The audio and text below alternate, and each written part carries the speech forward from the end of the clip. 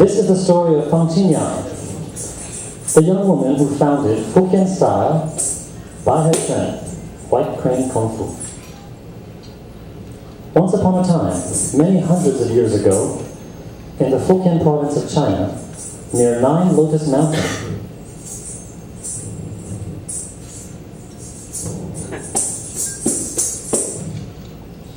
there lived a man named Fang Ching-Niang, who studied Kung Fu at the nearby Shaolin Temple. He had a young daughter named Fang Ching-Niang, who was an avid student of all her father chose to teach her. At the time, the Emperor of China, who was known as Chen Long, became concerned about possible revolutionary activities going on at the temple.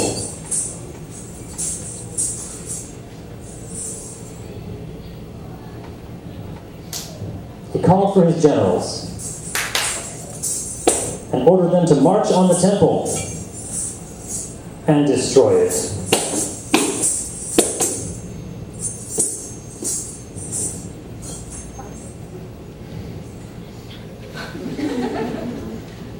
Fang Ching-Niang was absorbed in his martial arts practice when he heard the clamor of the approaching soldiers.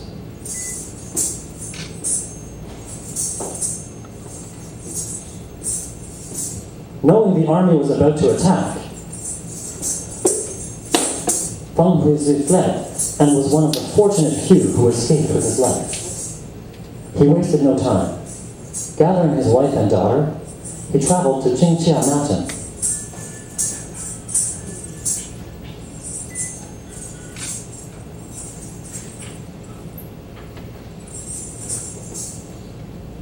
And there they settled at the Qingchun Temple.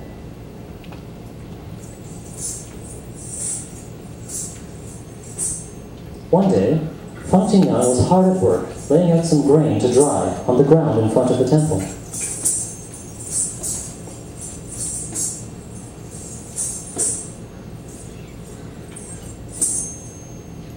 When suddenly, a huge white crane flew down from the temple's roof.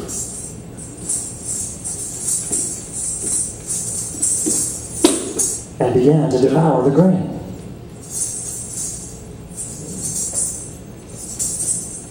Surprised and angry, Fang Ching-Niang grabbed a bamboo staff in order to chase away the intruder.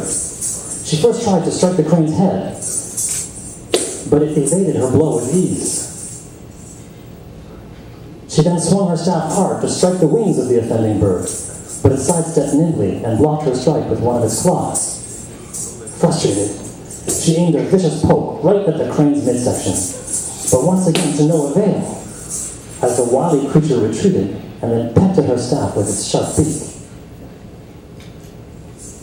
How could this be? What was the secret of its supernatural skill?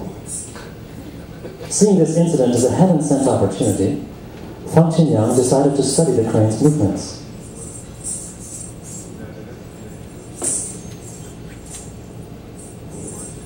After great effort and persistent practice, she was able to analyze the crane's fighting strategies and make them her own. As her skill increased, she became famous for her fighting prowess, defeating many fierce opponents. Such martial skill was invaluable in those days, as tyrants, abusive landlords, and other criminals were a constant threat to the peace-loving people. As Fang Ching-Niang's reputation grew, she was invited to teach the way of the White Crane Fist, and she trained many students. And that is how it came to pass that Fang Ching-Niang, daughter of Fang Ching-Niang and Li Pei-Liang, created and shared her White Crane Kung Fu, which has been passed down over the generations until the present day.